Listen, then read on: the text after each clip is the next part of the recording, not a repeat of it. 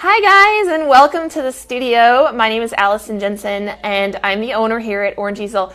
Yesterday we posted a picture of these beautiful clay beads that our mini craft creation camp had created, and we got so many likes and responses I thought maybe we should show a live tutorial today. So that is what I am here to do. Let me take a drink of my coffee. And I'm going to refresh my laptop up over here, so that way I will be able to make sure that our audio is working and answer any questions. So that way I don't have to worry about it on the camera. So we're gonna make sure that this is rolling and we're gonna get started. So if you've got kids at home, we did this with our ages 5 to 8 yesterday. That was our half-day craft creation camp. But if you have older kids, it's still fun. If you have younger kids, they can do this too. This is pretty much like foolproof. The big kids can take it kind of the next step and make something maybe a little bit more intricate. And I'll show you some of the examples of that. And your young ones will just have fun squishing clay and making pretty swirly beads, all right? So it is pretty much foolproof. Let's see if I can find me. There I am. Okay, now the clay we're gonna use. We are using a polymer clay. The brand that we stick to is Sculpey.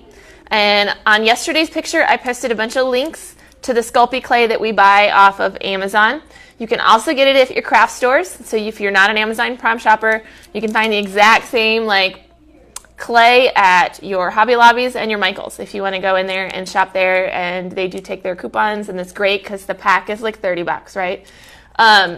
So it comes, for what I found in Sculpey clay, in two forms. One is a multi-pack, which is going to be these 1 ounce bricks of clay, and it comes in multiple colors, and you get a whole bunch of colors in one pack, right? If you're going to use a coupon, that's the way to go. But if you have like a specific project in mind and you don't want the army green and the beige and the brown, then the multi-pack might be like more than you want to invest in. You can buy the smaller 2 ounce, so this is 1 ounce. You can buy the 2 ounce individually packaged colors, and they have those in the craft stores and on Amazon as well. So if you're like, we need all the hot pink we can get, that's the way to go, because you can buy like 3 of them and then people don't fight over them. That's what we do here. Okay, and the price on this one, we got this one at Hobby Lobby, it was $2.49. The drawback of buying a bunch of these is unless you have a coupon off your entire order, that doesn't really help you, right? So it is not cheap stuff. It is an investment, but a little goes a long way because we're going to work on a miniature scale. So just to give you an example of some of the things that we've done with Sculpey in the past, we've done these cute little puppy dog sculptures. They make really great figurines. If you watched some of our videos before, we made clay unicorns, we made clay dragons, so little miniatures. And this is actually a pretty big miniature, right? You see my little puppy doggy? And he's an easy one to make. Then last year we made little clay pots of cactuses and different exotic plants. That was a fun one. And then we actually have a party that does miniature charms. So let's see if I can get this one really close. This is a charm on a necklace. Can you see? It's a little hamburger. And it's got lettuce and tomato, and the little bun has little sesame seeds on it, and he's got a little metal clip in it, and then he's actually on a chain. So you can do so many things with this. So you could do the clay beads that I'm going to show you and make a little pendant for it as well, if you want to go more kind of exotic. We're going to do just beads today. And I have got all my polymer clay. Now once you've got them open like this, oh, word of warning, you buy this stuff, make sure it's not modeling clay. It looks just like it, like identical. Exactly like it, and usually less expensive if you pick up the modeling clay. The difference is it's not an oven-baked clay, and if you don't get oven-baked, you get modeling clay, you put it in the oven and it is a mess, like squishy, and it never gets hard, and it smells bad, and you don't bake modeling clay. Don't buy modeling clay for this purpose. If you want to do modeling clay, we've got that really fun claymation video from earlier in the summer to check out. So if you have modeling clay, that's what you use that for. If you're going to do something where you want to bake it hard, you need an oven-baked clay. It's a polymer, and like I said, the Sculpey brand is our favorite.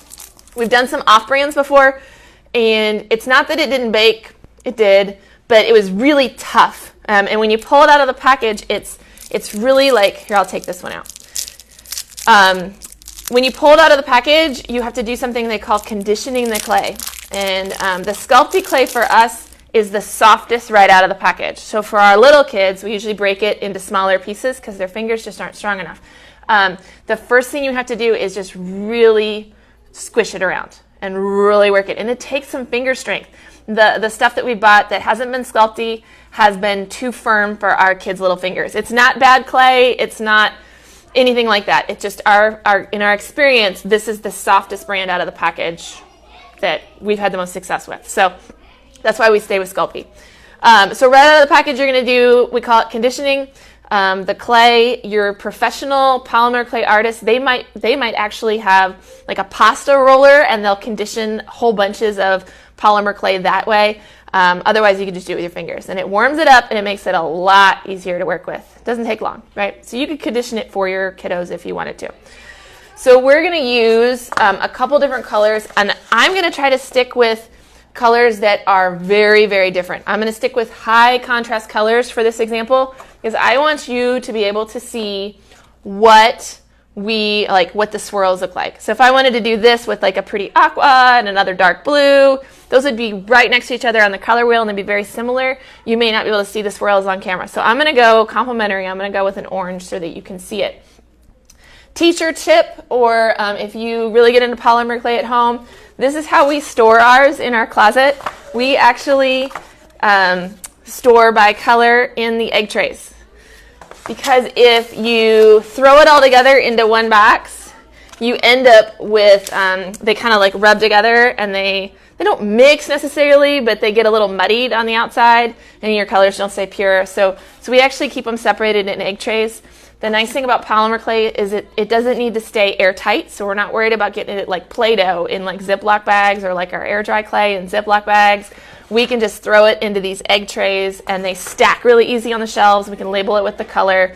They've got already some wells for us, and it's a great way to recycle. So that's our storage tip if you've got polymer clay left over. Ooh, let's get some green. That'd be really fun. Let's do some green with this. If you got some polymer clay left over from projects, this is how we store it. So close it up, stack it up, put it over here. Oh, I'm working on a sheet of paper because my desk is wood and I don't want the oils of my clay to get onto my surface. I also, I don't want anything that's on my desk to get on my clay, so I just got out a clean sheet of white paper here, and that's what I'm going to work on. Now, the swirling of the clay, right? So we're going to try to get this really fun, like marbled effect. Mixing clay colors together, if I were to take these two colors and squish and squish and squish them together, it's just like mixing paint. So if I take a blue-green and I mix together a light yellow-green, it gets more green. If I take yellow and I mix it together the blue and I mix and I mix and I mix and I mix and I mix, it's just like paint. Eventually, it becomes a different color. Until you get to that point, you have the swirls. So we're going to actually kind of force it to make some swirls, but just to let you know, the more you mix, the more homogeneous your color gets, and you're going to end up with just a solid color. Still cool. Solid colored beads are still cool, but we're going to make them into swirls. So when you teach this to your kids, you're going to teach them how to roll snakes, which is like, I mean, everybody knows how to do that eventually. If you've used Play-Doh, you're going to roll your snakes like this. I like polymer clay too as an alternative to Play-Doh, or modeling clay as an alternative to Play-Doh, because it's not real crumbly, and which is one of the complaints we hear from home artists and home studios is the Play-Doh kind of crumbles, it dries out, it goes everywhere. This stuff does not dry out, so it doesn't crumble on you. So I'm going to take my snakes, can you see them right down here at the bottom of your screen, and I'm going to line them up. And I'm going to squish them together just a little bit so they kind of stay together. I'm going to give them a twist. Look at that. Now this is what's going to make our beads. And I'm making a whole bunch of beads because look at how much clay I have, right? I am going to make a whole bunch of beads out of this. If you wanted to just make one bead with this color scheme, you would make smaller snakes and only use a little bit of that clay. Because once we get it swirled together, we can't take it apart. It's like unmixing paint. You just can't. It's time to move on, right? Okay, so we got that. I'm going to divide this in half just so it's easier for me to work with. I like the colors too. Hi, Barb Lab. All right, here we go. I'm going to take this. I'm going to roll it on my table just a little bit So it stops becoming 3 ropes swirled together, and it becomes 1 rope of 3 different colors, fold it in half, give it another swirl. There is no real exact science to this, except for knowing when to stop. Sometimes you have to know when to stop, man. All right, so I got all these colors swirled together. I'm going to stop there. If I keep going, my ribbons of color get smaller and closer together. So if you want like really teeny tiny ribbons of color, you keep spinning this and you keep folding it over on itself. I'm going to stick with kind of bigger hunks of swirls, and so I'm going to go ahead and stop there, and I'm going to divide this up into little pieces. The bigger my pieces, the bigger my beads. If you want all your beads to be the same size, then you need to spend a little bit more time making sure what you're ripping off is the same size. I'm not going to really worry about that. And we really didn't worry about it too much with the kids. I loved the variety that they made with their beads. And then each of my little hunks that I ripped off, they're not perfect circles. See what I ripped off right there? Oh, there's the camera. I'm going to roll it with my fingers into balls. Which again, hi Patricia, I'm glad you're here. Hi from Michigan.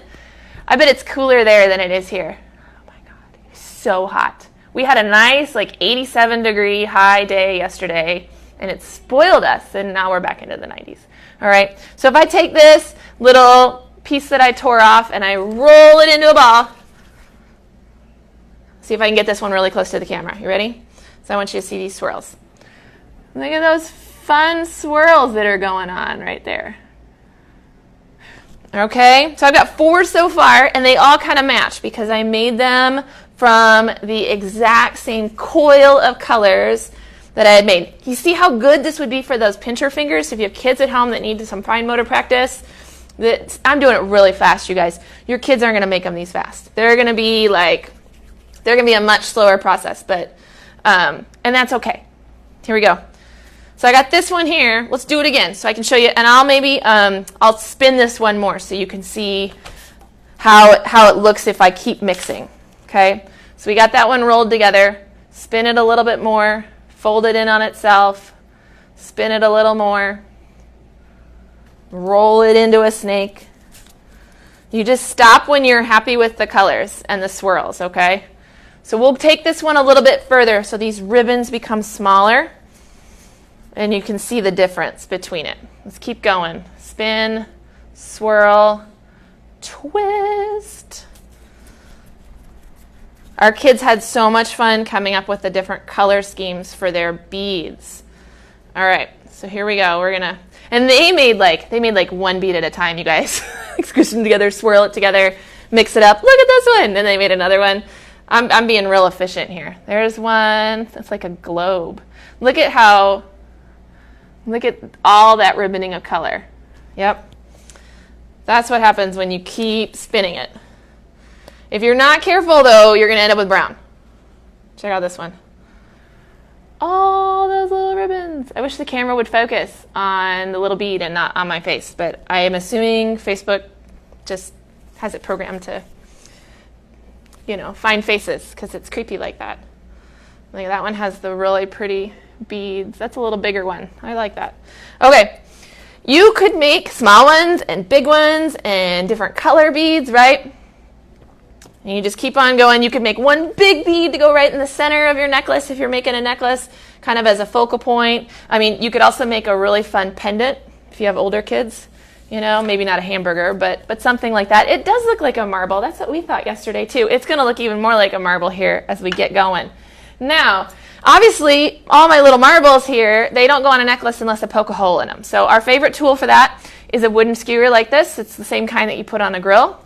If you've got, like some grilling, some shish kebabs, that's what you need, okay? You could use a toothpick. If you have toothpicks, you just want to make sure you kind of widen that hole a little bit. But this is a really great size because the leather cording that we're going to string actually goes through it really well. All right, and so in goes the little wooden skewer like that. You want to poke it in, kind of spin it, make sure it's not stuck, and just pull it out. Okay, so the kids our 5 to 8s had no problem doing this step.